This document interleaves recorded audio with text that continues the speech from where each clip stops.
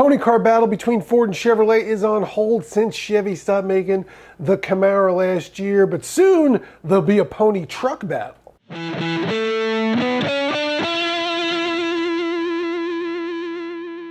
Hi, I'm Gary Gastelou, and this is a car report. Last year, Chevrolet launched the latest edition of the Colorado ZR2 high-performance midsize pickup, and very literally, because this thing can jump. It's designed to be driven fast off-road, rock crawl, and for the moment is pretty much without peer. But Ford has a new Ranger Raptor heading to showrooms soon, so we thought it'd be a good time to see how these two match up, at least the tail of the tape on paper. Now, we have tested the Colorado ZR2, and it is an absolute blast, and here's some of the specs that make it exciting. It's powered by a 2.7-liter turbocharged 4-cylinder engine rated at 310 horsepower and 430 pound-feet of torque. That's nearly as much torque as the old Chevrolet Camaro SS's 6.2-liter V8, which was rated at 455 pound-feet. The Colorado has an 8-speed automatic transmission, a 4x4 system with a full-time setting, and a 2-speed transfer case, plus locking front and rear differentials. And it comes standard with 33-inch off-road tires. It's 212.7 inches long, 84.4 inches wide with the mirrors open, and 73.8 inches high.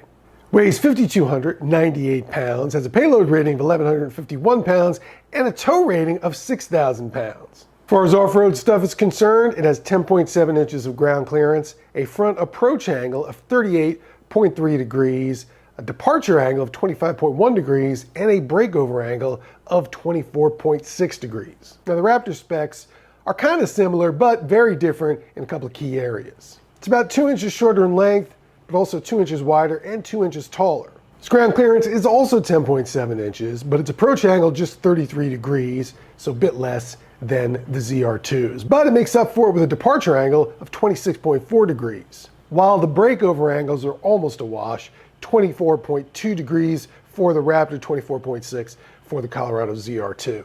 And it also has 33-inch off-road tires and a 4x4 system with a full-time setting, a 2-speed transfer case, and locking front and rear diffs. However, it comes powered by a 3-liter turbocharged V6 that's rated at 405 horsepower and 430 pound-feet of torque, which is matched to a 10-speed automatic transmission. Its weight comes in at 5,325 pounds, so just 27 pounds more than the Colorado. Its payload rating is higher at 1,375 pounds, but its towing capacity is less at 5,500 pounds. Both trucks come with very special suspension systems, but they are entirely different. Colorado uses Multimatic's DSSV dampers, which is featured on all of the ZR2 models, including the Silverado and the Silverado HD, while the Ranger uses the Fox live valve dampers that are also shared with the Bronco Raptor and the Ranger Raptor. They're both tuned to provide a range of different damping characteristics depending on how the truck's being driven. They can be soft to soak up small bumps 1 second, then firm up to absorb big impacts the next.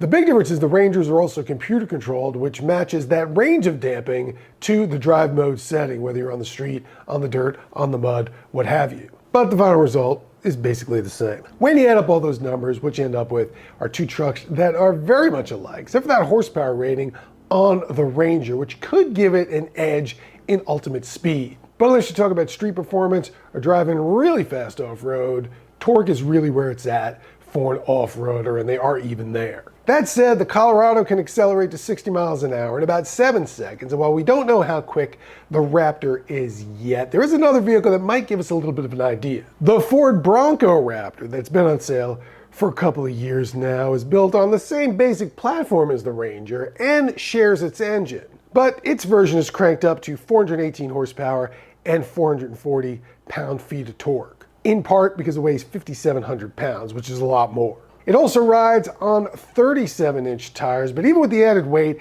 and those giant tires, can accelerate to 60 miles an hour in about 6.5 seconds. So there's a good chance the Ranger will be quicker than the ZR2. But again, that doesn't tell the entire story about how these things are going to perform in normal off-road use. The other big difference between the two is the starting price. The ZR2 starts at $48,295, which makes it an unbelievable deal. In fact, we think it might be one of the best performance deals of any type of vehicle right now. You just get so much for the money, and it's really good on-road vehicle as well. The Raptor, on the other hand, is going to start at $57,065, but it does come pretty much fully loaded. There's not a lot on the option sheet to choose from. Even comes standard with things like adaptive cruise control or extra on the ZR2. But not much. For $50,735, you can get the ZR2 with adaptive cruise control and some other electronic driver aids. Really everything you need for this truck. Again, it's a great deal. So is the Ranger Raptor worth the premium you pay for it? Well, we haven't driven it yet, but we hope to bring it to our proving grounds soon. And when we do, we will bring you a full report and let you know how it matches up to the ZR2. So subscribe to this channel and head over to AmericanCarsAndRacing.com every day for the latest automotive and racing news.